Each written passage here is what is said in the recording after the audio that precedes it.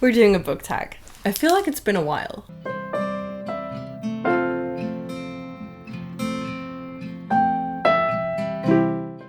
Hello and welcome to my channel, The Danish Readaholic. My name is Silka and today I am doing a book tag.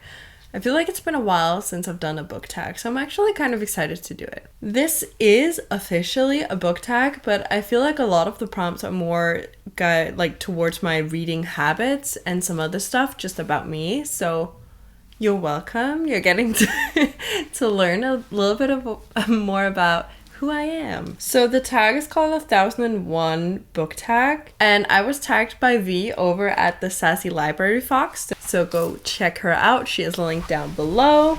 And I think without further ado, we should get into it. So the first prompt is called 1001 lists. And the prompt is, do you follow any reading challenges or book lists or stuff like that? Well, yes and no.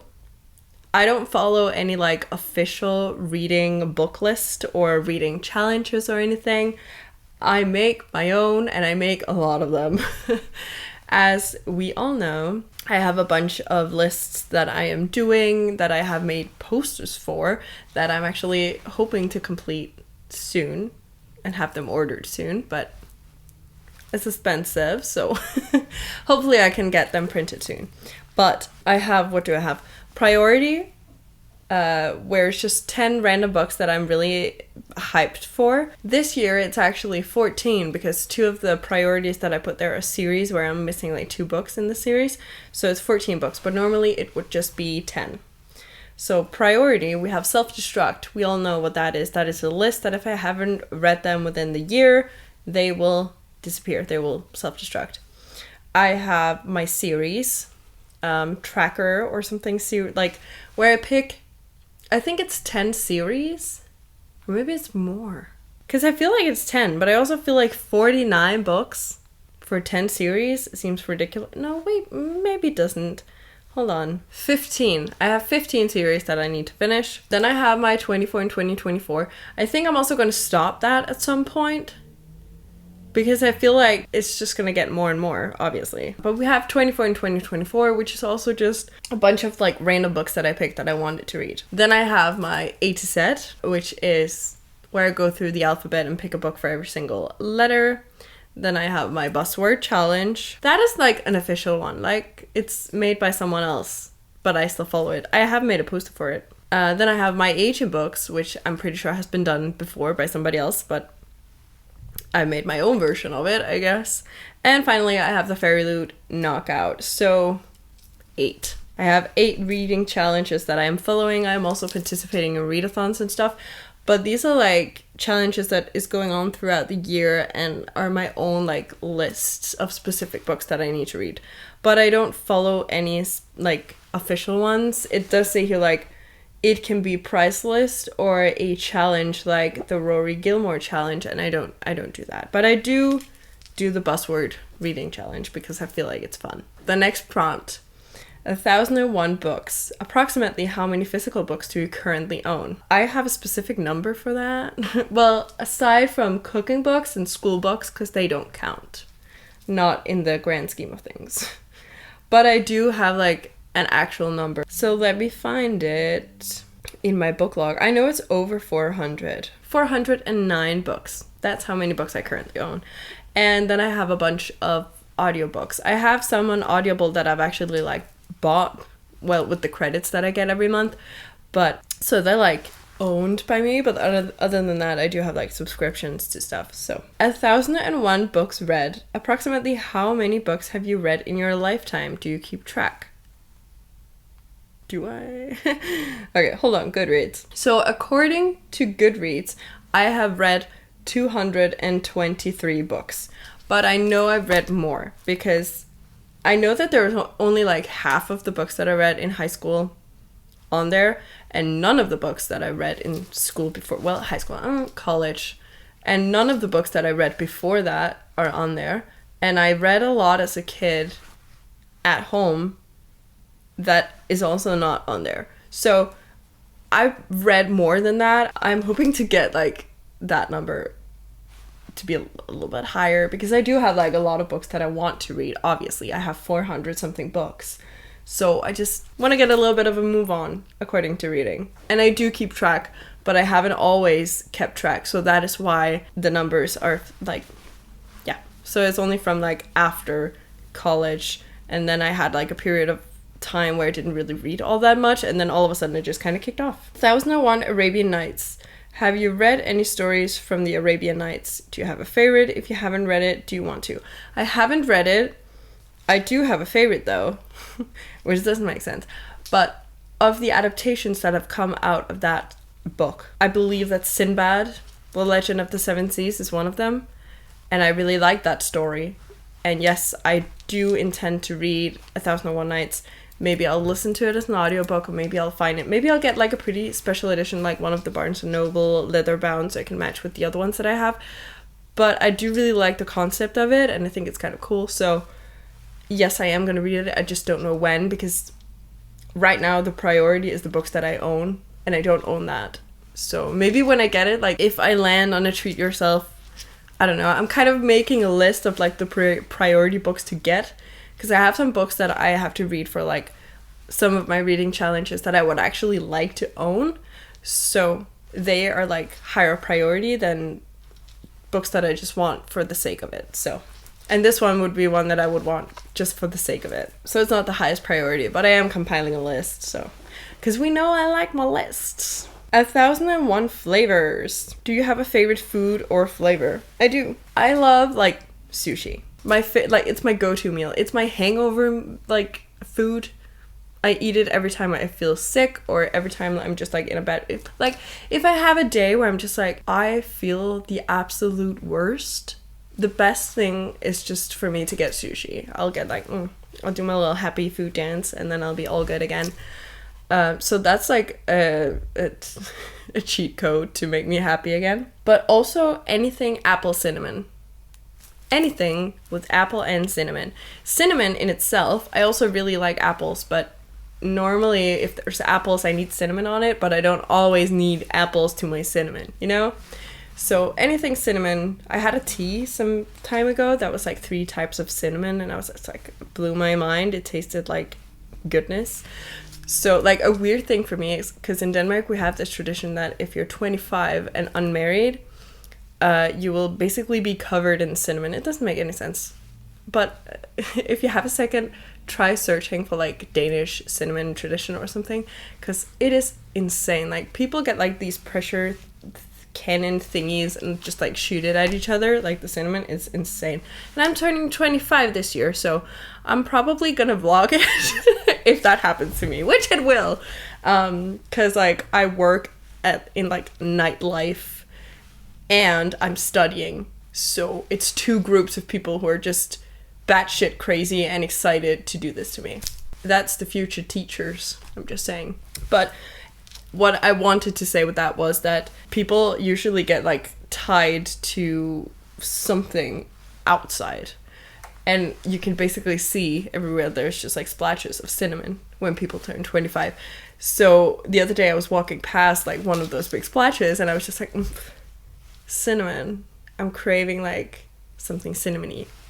So cinnamon is just another safe, like direct route, like a shortcut to my heart. Fucking love it. Cinnamon is the best shit. I also love rhubarb. That is also like 10 out of 10. Anything rhubarb. I have never tried anything with rhubarb in it that I didn't like. Same with apple and cinnamon. I also haven't really had a piece of sushi that I haven't liked, but I also haven't tried everything, of course. I also like blueberries. I eat that a lot. Like I can just devour that and eat it like it was candy. Best thing in the world. Final thing, because I was like, okay, we have some food things, we have maybe some dessert-ish things, we have some fruit. I also really, really like salt and vinegar chips. Crisps, depending on if you're UK or US. It's the best. It's the best thing. Best thing. My dad hates them. My brother loves them. My mom loves them. My boyfriend hates them. I've never met anybody who's like, they're fine. I can eat them, but I don't like love them. It's either you you fucking love them and will devour an entire bag right then and there, or you absolutely hate them and cannot stand even the smell of it. I've never met anybody who's in between. So if you're that person, let me know so I know that you exist. 100? No. 100? No. 1,001 pages. Have you ever read a book that is over 1,001 pages? Is there one that you recommend, and is it worth the time? What is the longest book you've read? I have never read a book that is over 1,000 pages. I have not. I wish I could, but I don't think my attention span is that big. I think if it was like a book with multiple stories, like a complete collection of, say, Hans Christian Andersen fairy tales, I don't know, then I think that wouldn't be as hard for me to do because there's multiple stories built into one. But I'm not sure if I would be able to keep my attention on the same story for 1,000 pages in one book. I feel like it's different when it's a series, and that doesn't make any sense either, but that's just how I feel. The longest book I read was 940 pages, so we're close, but not there, and that was Anna Karenina, and we all know how I feel about that. I felt like that was very slow and very irrelevant, kind of. It didn't really give me anything. I felt like it was just a story for the sake of writing something, and we're not going to talk about it because I have feelings on it. We know that.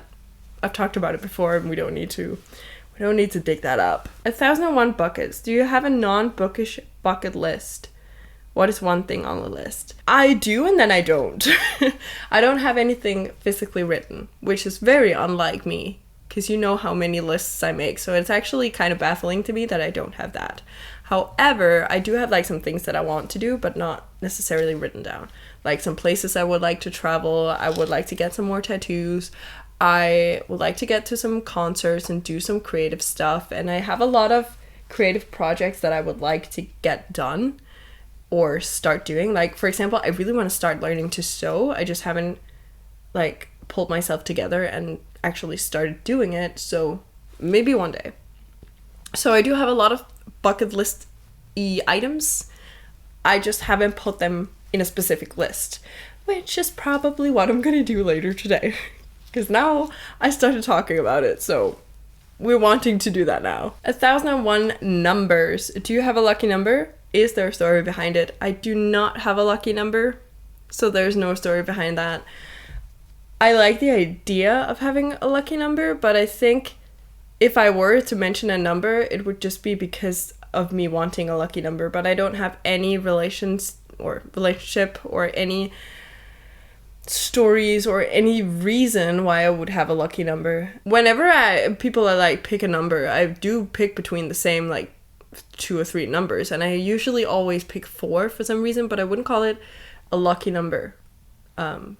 So I could potentially pick like 14 or 7 because that's like the day and the month that I was born, but then again I would just be looking for a number to be my lucky number, and I don't feel like that is why you would have a lucky number. I feel like you would have a reason for it, maybe. Or maybe, I don't know, maybe it doesn't have to be all that complicated and I can just sit here and decide, yes, I do have a lucky number and it's 4. Yeah, no, I don't think I have that. 1,001 authors. Do you have a favorite author and or genre? Obviously, I have a favorite genre. It's fantasy. I don't know. I talk about this a lot with my mom because she doesn't like fantasy. And we're very, very in different genres and always kind of trying to influence each other just a little bit. I think I got her somewhat hooked on the idea of Legends and Lattes just when I explained the plot, but I haven't read it yet, so I don't know if that would be something for her. Fantasy is just my genre. I like the whole fantastical element and the whole medieval vibes that I sometimes get without it being medieval, but just the idea that people could walk around in dresses all fucking day long and just like grab a sword. It gives me Barbie vibes sometimes. Like Barbie, but make it badass. That is what I usually get from fantasy books. And that's what I want. Like, I want the Disney stories and the Disney universes, the Disney, worlds, and then just make it more adult and more badass and more hardcore. I guess that's what I want. And I feel like that is fantasy. I don't know. Did that make sense? And favorite authors, Chris Colfer, obviously. I also really like Trisha Levenseller, but I have only read 3 books by her, 2 from the same series. So Chris Colfer, I've read what? 1, 2, 3, 4, 5, 6, 7, 8, 9, 10, 11. 12. I've read 12 of his books. And I have loved every single one of them. So I would classify him as like my favorite author ever. And then there's a bunch of authors where I'm like, okay, if I'll continue liking all the stuff that she writes or he writes, then they could become one of my favorite authors as well. Trisha Levenseller is one of them. Rebecca Schaeffer, also one of them. Maya Ibrahim, Michael Lucia, and Alexander Christo are also 3 of them that I'm pretty sure I will like. I just need to read more of their stuff, basically. 1001 activities. Do you have a favorite outdoor activity? No. I like being outdoors, don't get me wrong. But I prefer... Like, all of the stuff that I normally do outdoors is not outdoor activities, because you could also do them inside. Like, I like taking maybe a puzzle and go sit in the sun and do a puzzle. I also like having, like, coloring books and then do that outside. I love reading outside and just relaxing outside. So, I don't have anything that is, like, I have to be outside to do it. There's a bunch of, like, garden-y kind of games that we have in Denmark. I'm not sure how many of them are like international and even what they would be called, so I haven't researched that. But I do like a bunch of like garden games that is very low stakes. So like there's this game where you would have like a string and then 2 like golf balls on each end, and then there's a ladder, and then you would just throw this and then you get points depending on which step on the ladder that it lands on. It's just so much fun. I really like it. I suck at it, but I really like it. And just all these kind of garden summer-y games, I really like that. Also just, I was about to say going for a walk, but I actually don't like that. I don't like going for a walk if I don't have a purpose with the walk. Like, if I'm going for a walk just for the sake of walking around, I hate that shit. And I don't know why. But if I'm walking somewhere, I do like that. That is nice. Because then I have a purpose with the walk, but I still get that, you know, going for a walk kind of feel. It makes no sense. I was talking about this with my boyfriend the other day. He was like, why? I was like, I don't know. I don't like walking. I feel like I'm walking around aimlessly when I'm just going for a walk. But if I have a purpose with the walk, then it's all good. To answer the question properly, I don't have any specific outdoor activities that I love to do. I love being outdoors and doing activities, but not necessarily outdoor activities. Does it make sense? 1001 book clubs. Not a prompt, but a question for the comments. And then it does say here, should I start 1001 book club with a book a month for a read along? But I actually do have like a different kind of questions I want to ask to my subscribers and followers. Would you be interested in me having like a Discord that was like mine? Because like I'm a part of a lot of Discords and I want to be very active and I'm trying to be, but I would also kind of just love to have my own, and then we could do like maybe some bi-monthly book clubs, because I don't think I would be able to do every single month, but like bi-monthly book clubs, that would be so much fun. We could also do like something where some of you would get to pick maybe a 6th book for my game. We could do that sometimes. I don't know. So if that would be something you would be interested in, like doing a Discord for you guys to be able to talk maybe more directly with me than just in the comments, that would be so much fun. So if that would be something you would be interested in, let me know down in the comments, because I would love to know. If a lot of people would be interested in that, then I'm pretty sure I'm going to do it. I just wanted to know if there was like somebody who wanted that. I am going to try and tag some people, emphasis on try. So if you see a section down below with tags, please go check them out, because all of them are cool people. Thank you so much for watching. Please remember to leave your opinion down in the comments. If you just want to let me know that you're here but don't know what to comment, you can always leave a green heart. If you like this video, please hit the like icon, and if you want to see more of my bookish content, please consider hitting that subscribe button. It will mean the world to me. And until I see you next time, bye!